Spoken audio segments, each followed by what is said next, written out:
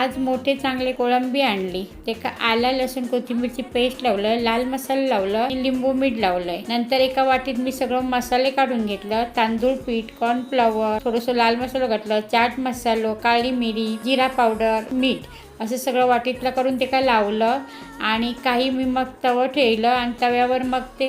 Cello fry केले, काही मी deep fry केले, कारण खरं तर प्रॉन्स कोळी वडे हे डीप फ्रायच करतात, पण मग आता जास्त तेलातले काही करूचे नव्हते, जास्त तेलाचे काही जण आमच्या घरात खाईनात नाही, तर त्याच्यासाठी मी ते असे तव्यावर भाजले ऑलिव्ह तेल घालून आणि काही कढईत तळले, तर असे छान झाले टेस्टी, असे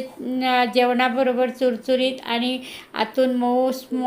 छान झाले। तर असे करा तुम्ही, आवडले तुमका आवडल्यास माझा व्हिडिओ लाईक करा, शेअर करा, सबस्क्राईब करा, केलं नसेल तर सबस्क्राईब करा।